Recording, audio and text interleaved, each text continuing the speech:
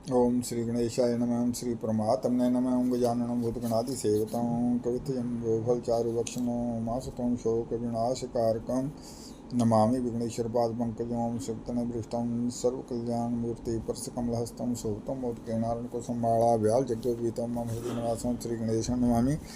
जय समर्थिते भक्त्या तस्यो विघ्न न जायते तस्मै ददाति संतुष्टाय सर्वान् कामान् विनायक श्रीमन् महागणाधिपते नमो नमः।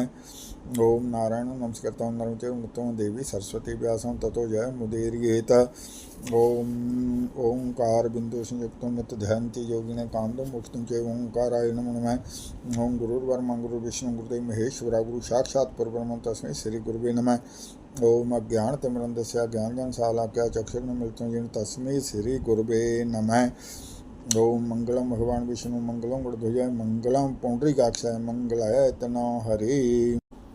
प्रिय भक्तजन, प्रिय श्रोताजन, प्रिय दर्शकों, आप सब भक्तजन मेरे आध्यात्मिक चैनल ज्योतिष कर्मकांड प्रवचन को श्रवण कर रहे हैं। प्रिय भक्तजन, मेरे इस आध्यात्मिक चैनल पर आप सर्वदा धार्मिक प्रवचन श्रवण करते रहते हैं। प्रिय भक्तजन, आज के प्रवचन प्रसंग में आप भक्तजन श्रवण करेंगे कि सेवा को लगता मेवा करके कोई देख ले। मंगलमय प्रसंग है जिससे हमें साधु संतों, गरीबों, ब्राह्मणों, महात्माओं, माता पिता, अनाथों की यथासंभव सेवा सत्कार करना चाहिए। श्री रामचरितमानस में बहुत ही सुंदर उपदेश दिया गया है। मंगल भवन अमंगल हारी, जय सिया राम जय जय सिया राम। द्रव सुधा सरथ अजर बिहारी, जय सिया राम जय जय सिया राम। दीन दयाल बिरद संभारी, जय सिया राम जय जय सिया राम। हरहु नाथ मम संकट भारी, जय सिया राम जय जय सिया राम। सो तुम जानहु अंतरजामी, जय सिया राम जय जय सिया राम। पुरबहु मोर मनोरथ स्वामी, जय सिया राम जय जय सिया राम। जिन कर नाम लेत जग माही, जय सिया राम जय जय सिया राम। सकल अमंगल मूल निसाही, जय सिया राम जय जय सिया राम। करतल होहि पदारथ चारी, जय सिया राम जय जय सिया राम। ते सिय राम कहो कामारी, जय सिया राम जय जय सिया राम। मंगल भवन अमंगल हारी, जय सिया राम जय जय सिया राम। उमा सहत जेहि जपत पुरारी, जय सिया राम जय जय सिया राम। श्री गुरु चरण सरोज रज, निज मन मुकुर सुधार। वरणो रघुबर विमल जस, जो दायक फल चार। बुद्धिहीन तनु जानिके, सिमरों पवन कुमार। बल बुद्धि विद्या देहु मोहि, हरहु कलेश विकार। सियापति राम जय जय राम। मंगल भवन अमंगल हारी, जय सिया राम जय जय सिया राम। द्रव सुधा सरथ अजर बिहारी, जय सिया राम जय जय सिया राम। मंगल भवन अमंगल हारी, जय सिया राम जय जय सिया राम। उमा सहत जेहि जपत पुरारी, जय सिया राम जय जय सिया राम। सो अनन्य जाके असमति, नय तरई हनुमंत रामा। नय तरई हनुमंत, मैं सेवक सचराचर। रूप स्वामी भगवंत सियापति राम, जय जय राम।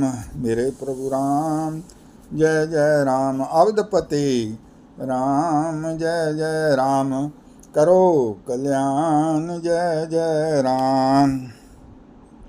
श्री रामचरितमानस में गोस्वामी तुलसीदास जी ने यह बड़ा सुंदर सिद्धांतक उपदेश दिया है। सो अनन्य जाके असमति न टरी। भावार्थ यह है कि अनन्य कौन है, ऐसा कौन पक्का भक्त है। कहते हैं कि इस प्रकार की बुद्धि जिसकी सदा अविचल रहती है, कभी टलती नहीं है। किस प्रकार की बुद्धि? कि मैं सेवक सचराचर रूप स्वामी भगवंत, कि मैं सेवक हूँ, जड़ चेतन सब का पालन करने वाले भगवान ही मेरे स्वामी हैं, मैं उनका सेवक हूँ। मैं तो सेवक हूँ और जड़ चेतन सारा जगत मेरे प्रभु स्वामी का ही रूप है। जैसे मैं भगवान को प्यार करता हूँ, वैसे ही मैं भगवान की रचना को, भगवान के बनाए संसार को भी प्यार करता हूँ। सिया राम में सब जग जानी, करहूँ प्रणाम जोर जुग पानी। ऐसी मंगल भावना के साथ जो है उपदेश दिया गया है। मैं सेवक सचराचर रूप स्वामी भगवंत, और मैं एकमात्र उस परब्रह्म परमात्मा भगवान राम का सेवक हूँ। इस प्रकार कि जिसकी अनन्य बुद्धि है, पक्की बुद्धि है, पक्का अटल विचार है। भगवान नारायण कहते हैं, भगवान राम कहते हैं, ऐसी भावना वाला भक्त ही मेरा पक्का भक्त है। ऐसी भावना वाला सेवा करने वाला ही मेरा अनन्य भक्त है। मंगल भवन अमंगल हारी, जय सिया राम जय जय सिया राम। रब सदा सरथ अजर बिहारी, जय सिया राम जय जय सिया राम।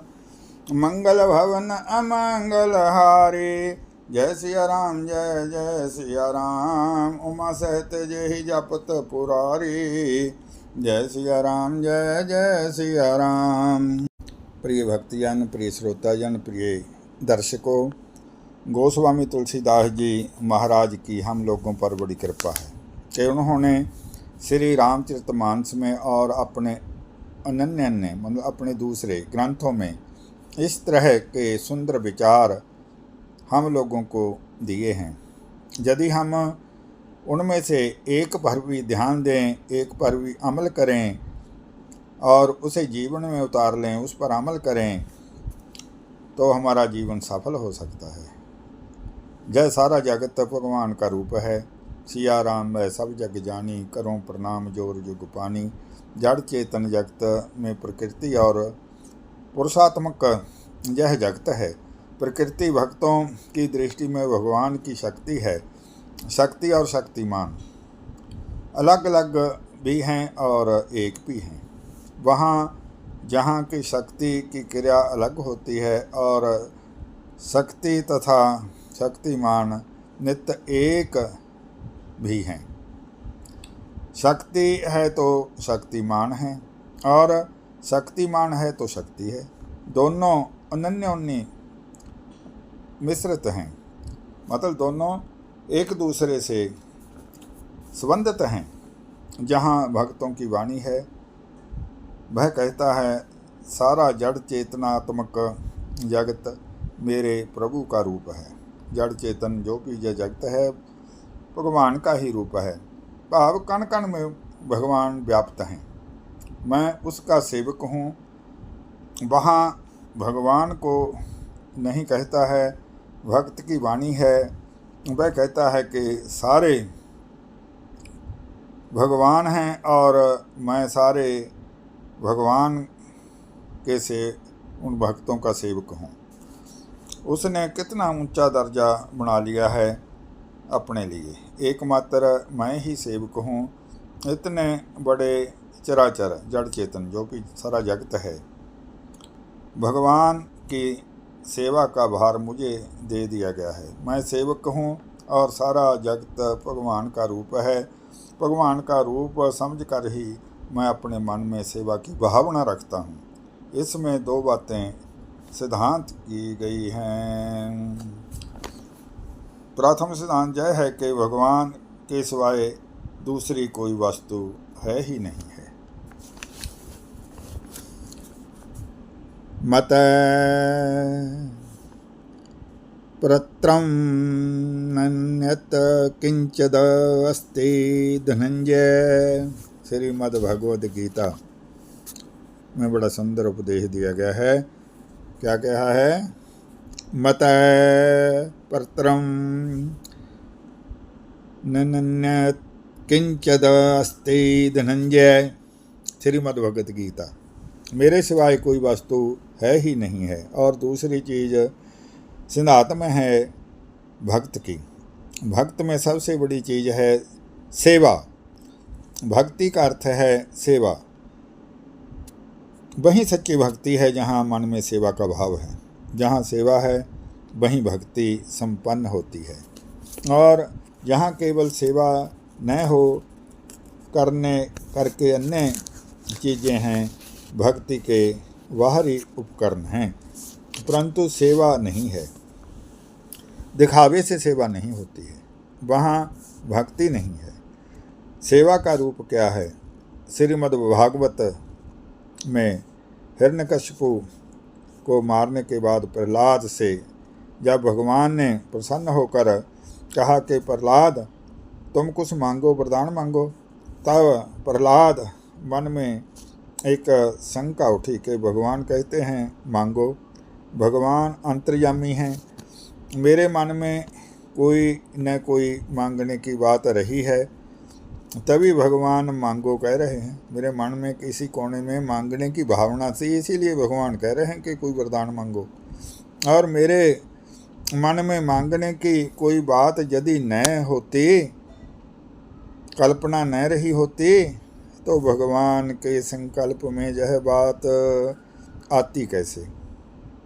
वे मांगने के लिए मुझे क्यों कहते? तब प्रहलाद ने अपने हृदय को टटोला तो कहा,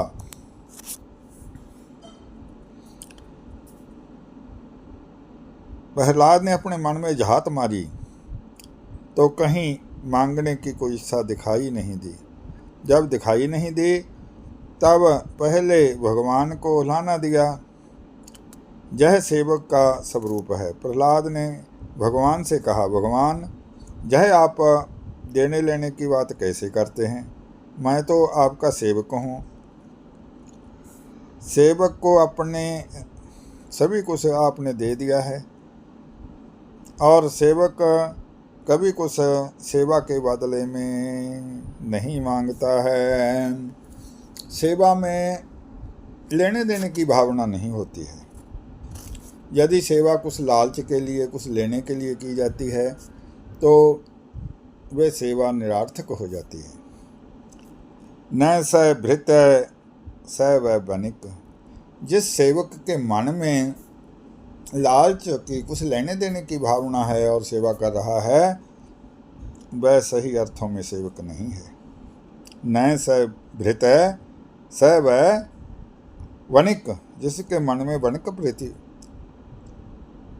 वणिक भावना है, लाभ हानि की भावना है कि मैं सेवा करूंगा, मुझे कुछ मिलेगा, ऐसी भावना वाले की सेवा निरर्थक चली जाती है।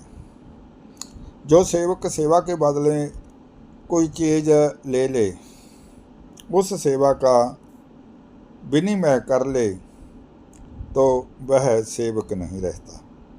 वह तो वणिक वृत्ति वाला जीव हो जाता है।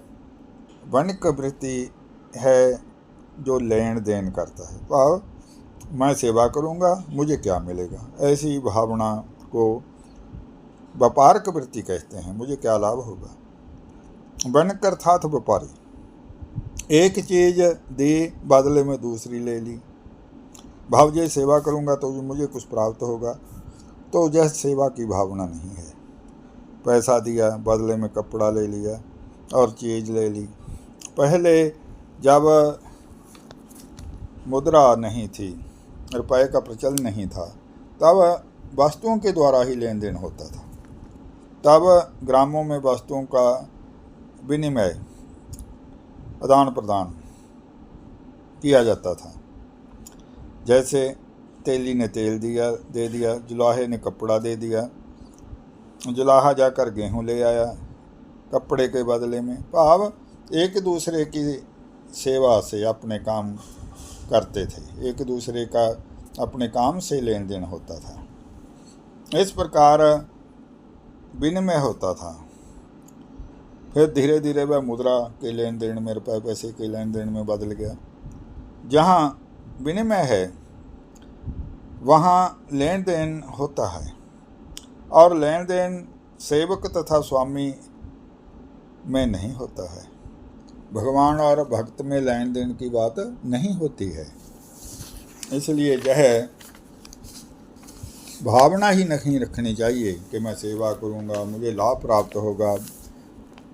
फिर उसकी कोई सेवा नहीं है, फिर उसका मन नहीं पवित्र है, फिर उसे सेवा का कोई फल नहीं मिलता है। जो सेवक सेवा करने के बदले में कुछ ले लेता है वह सेवक नहीं रहता। यह बड़ी सुंदर सेवक की व्याख्या है। दूसरी चीज़, सेवक में क्या होती है? सेवक कभी भी अपने मालिक को संकोच में नहीं डालता। जो सुस्वामी होते हैं, अच्छे स्वामी होते हैं, उनके लिए कहा गया है, राम सदा सेवक रुचि राखी, राम सदा सेवक रुचि राखी। श्री रामचरितमानस। मंगल भवन अमंगल हारी, जय सिया राम जय जय सिया राम। द्रवस दशरथ अजर बिहारी, जय सिया राम जय जय सिया राम। दीन दयाल विरद संभारी, जय सिया राम जय जय सिया राम। हरो नाथ मम संकट भारी, जय सिया राम जय जय सिया राम। सो तुम जानहु अंतर्यामी, जय सिया राम जय जय सिया राम। प्रभु मोर मनोरथ स्वामी, जय सिया राम जय जय सिया राम। मंगल भवन अमंगल हारी, जय सिया राम जय जय सिया राम। उमा सहित जय जपत पुरारी, जय सिया राम जय जय सिया राम। राम सदा सेवक रुचि राखी, जय सिया राम जय जय सिया राम। सेवक मालिक की रुचि देखता रहे, यह अलग बात है, परंतु मालिक देखता रहता है कि सेवक की क्या रुचि है। ऐसे मालिक जहाँ हों वहाँ सेवक कैसे होंगे? आज न सेवक हैं और न ऐसे शुद्ध भावना वाले मालिक हैं। मालिक अपना स्वार्थ सिद्ध करते हैं, सेवक अपना स्वार्थ सिद्ध करते हैं। इसलिए सेवा की भावना ही नहीं रहती है, स्वार्थ का संबंध है। सेवक स्वामी का पवित्र संबंध अब देखने में कम आता है। स्वामी वह है जो सेवक की रुचि रखे। असली मालिक, असली स्वामी वही है जो अपने सेवक की जो रुचि है, जो चाहता है, उसको बिना कहे ही समझ ले। और सेवक वह है जो स्वामी को कभी संकोच में न डाले।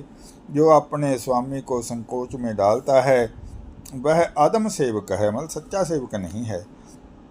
सेवक का अर्थ है कि स्वामी की रुचि के अनुसार अपना जीवन सेवा में लगा ले। एक तो कहने पर कार्य होता है और दूसरा इशारे संकेत से ही कार्य हो जाता है। मालिक की भावना को समझते हुए अपने आप ही काम होता जाता है। और एक मन जानकर कार्य होता है, मन से ही पहले ही आ जाता है कि जय बात मालिक चाहता है, हमें जय काम करना चाहिए। जहाँ मन जानकर कार्य होता है वहाँ इशारों की भी आवश्यकता नहीं रहती है और कहने की भी आवश्यकता नहीं रहती है। वहाँ एक बड़ी विलक्षण बात यह होती है कि मालिक के मन का चित्र सेवक के मन में अपने आप उतर जाता है। मंगल भवन अमंगल हारी, जय सिया राम जय जय सिया राम। द्रव सुधा सरथ अजर बिहारी, जय सिया राम जय जय सिया राम। बिच दुनिया सेव कमाइए, तां दरगाहे बैठन पाइए। जो जीव जो भगत इस जगत में सेवा भावना रखता है, उस भक्त को ही वैकुंठ धाम में सचखंड में स्थान प्राप्त होता है, प्रभु के चरणों का आश्रय प्राप्त होता है। बिच दुनिया सेव कमाइए, तां दरगाहे बैठन पाइए। आदि पुराण में भगवान श्री कृष्ण ने अर्जुन को कहा है कि मैं कैसे सेवा चाहता हूँ और मेरे मन में क्या है। इस बात को केवल गोपियाँ ही जानती हैं। मन महात्म्यम मत स्प्रया मत श्रीधाम मन मनो गतम जानन्ति गोपिका पार्थ न अन्य जानन्ति तत्वत। बड़ा भगवान ने बड़ा सुंदर कहा है, हे अर्जुन, बड़े बड़े योगी जन, बड़े बड़े साधक, बड़े बड़े तपस्वी भी मैं क्या चाहता हूँ यह नहीं जानते, पर सेवा भाव रखने वाली गोपियाँ ही केवल जानती हैं।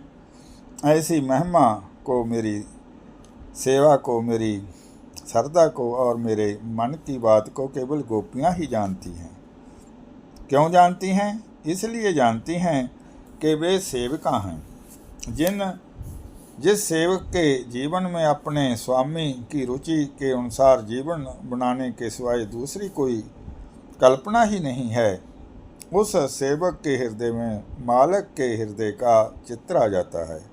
यह एक नियम है कि जहाँ अत्यंत प्रगाढ़ता होती है, वहाँ हृदय के साथ हृदय का आंतरिक मिलन हो जाता है। दोनों के हृदय की बात एक दूसरे के हृदय में आ जाती है, एक दूसरे के मन में एक दूसरे का विचार अपने आप आ जाता है। महाभारत में कथा आती है कि युद्ध होने के बाद श्री कृष्ण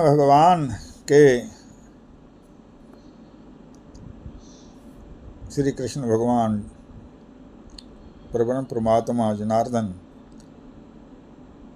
पांडवों के वहाँ रहे। वे अपने कमरे में अकेले बैठे थे। उसी समय युधिष्ठिर को कोई कार्य आ गया और उनका श्री कृष्ण से मिलने का मन किया, तो वे उनके पास गए।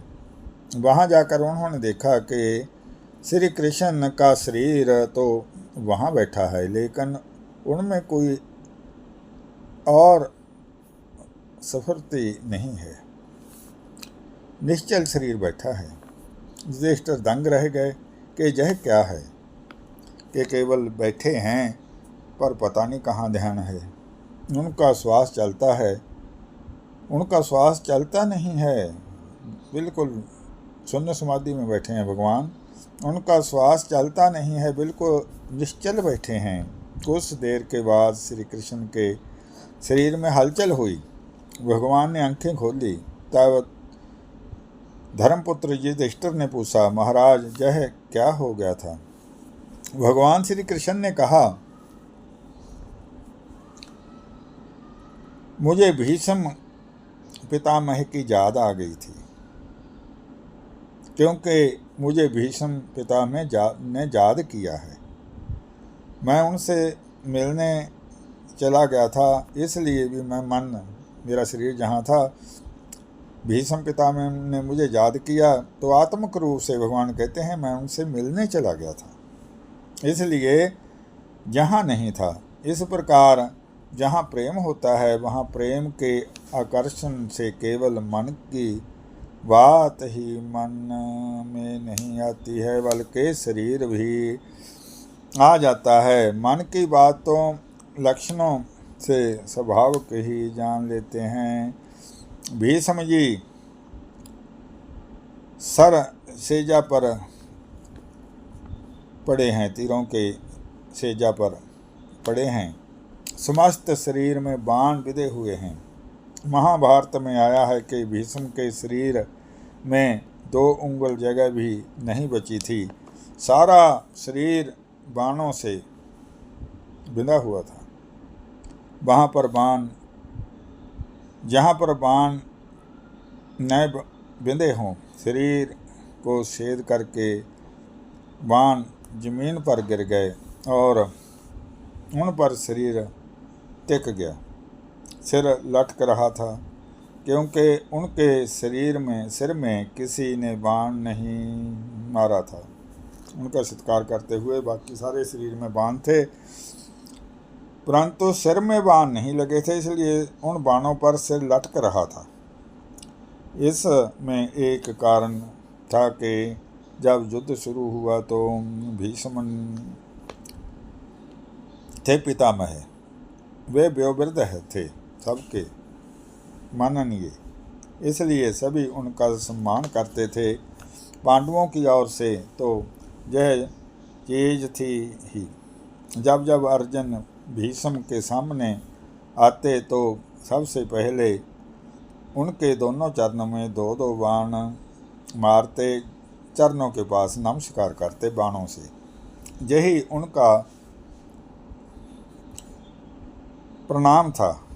युद्ध क्षेत्र में ऐसे ही सूरवीरों का प्रणाम था।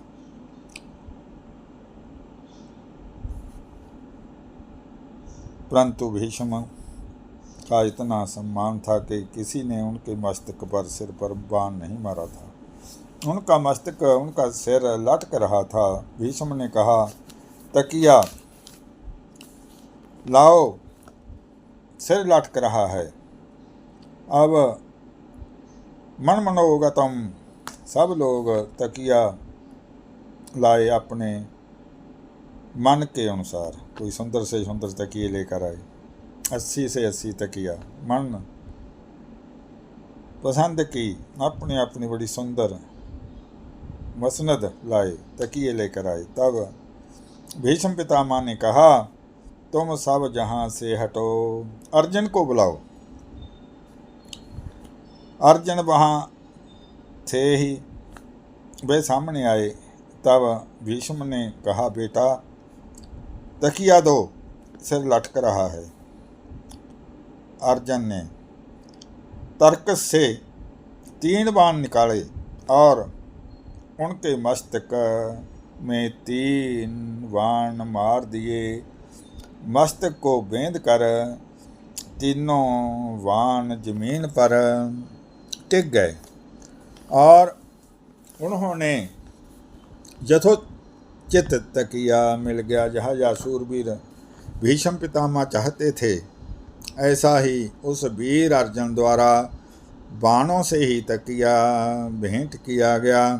भीष्म ने कहा, बेटा तेरा जस फैले, तुम चिरंजीवी हो, तेरी जय हो। उन्होंने आशीर्वाद दिया।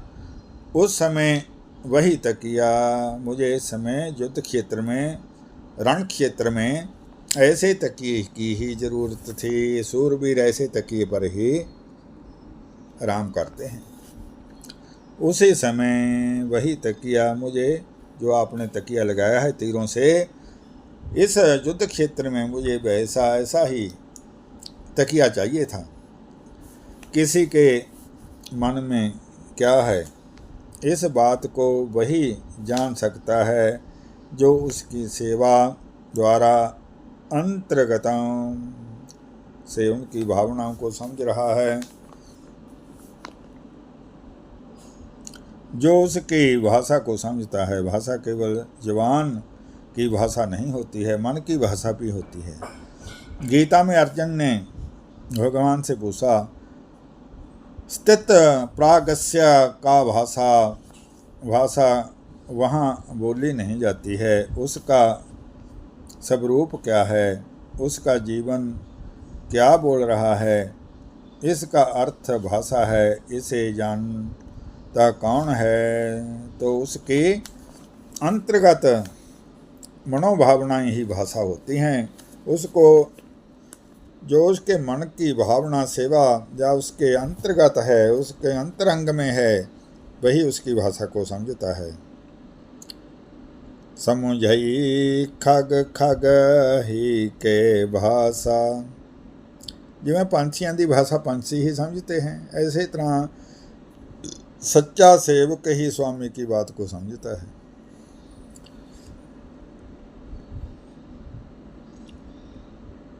अंतरंगता में जो आ गया, मन के अंदर अंतरात्मा में जो आ गया, उसे इशारे की भी ज़रूरत नहीं पड़ती है। वह जानता है कि कब क्या करना है, कब कैसे सेवा करनी है, कब इनकी क्या रुचि है। सेवा पद्धति को हम लोग भूल गए हैं।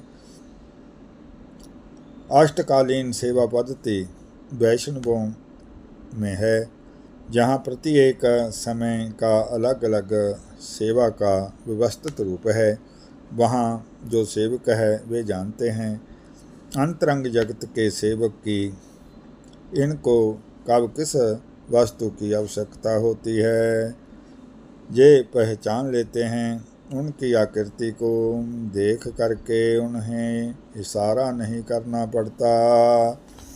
मंगल भवन अमंगल हारी,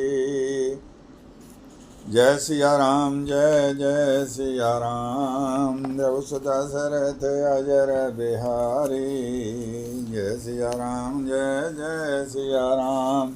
सो तुम जानहु अंतर जामी, जय सिया राम जय जय सिया राम। पूर्वहु मोर मनोरथ स्वामी, जय सिया राम जय जय सिया राम। मंत्र महामणि विषय व्याल के, जय सिया राम जय जय सिया राम। मेटत कठिन कुअंक भाल के, जय सिया राम जय जय सिया राम। श्री गुरु चरण सरोज रज, निज मन मुकर सुधार राम, निज मन मुकर सुधार। वारणो रघुवर विमल जस, जो दायक फल चार। सियापति राम जय जय राम, मेरे प्रभु राम जय जय राम। बुद्धिहीन तनु जान के, सिमरों पवन कुमार। बल बुद्धि विद्या देहु मोहि, हरहु कलेश विकार। सियापति राम जय जय राम, मेरे प्रभु राम जय जय राम। मंगल भवन अमंगल हारी, जय सिया राम जय जय सिया राम। द्रौस दशरथ अजर बिहारी, जय सिया राम जय जय सिया राम। राम रामेति रामेति रमे रामे मनोरमे, सहस्रनाम ततुल्यं राम नाम वरानने। ओम श्री राम जय राम जय जय राम। ओम श्री राम जय राम जय जय राम। ओम श्री राम जय राम जय जय राम। मंगल भवन मंगल हारी, जय सिया राम जय जय सिया राम। द्रौस दशरथ अजर बिहारी, जय सिया राम जय जय सिया राम। सिया राम मैं सब जग जानी, जय सिया राम जय जय सिया राम। करूं प्रणाम जोर जुग पानी, जय सिया राम जय जय सिया राम। मंगल भवन अमंगल हारी, जय सिया राम जय जय सिया राम। उमा सहत जेहि जपत पुरारी, जय सिया राम जय जय सिया राम।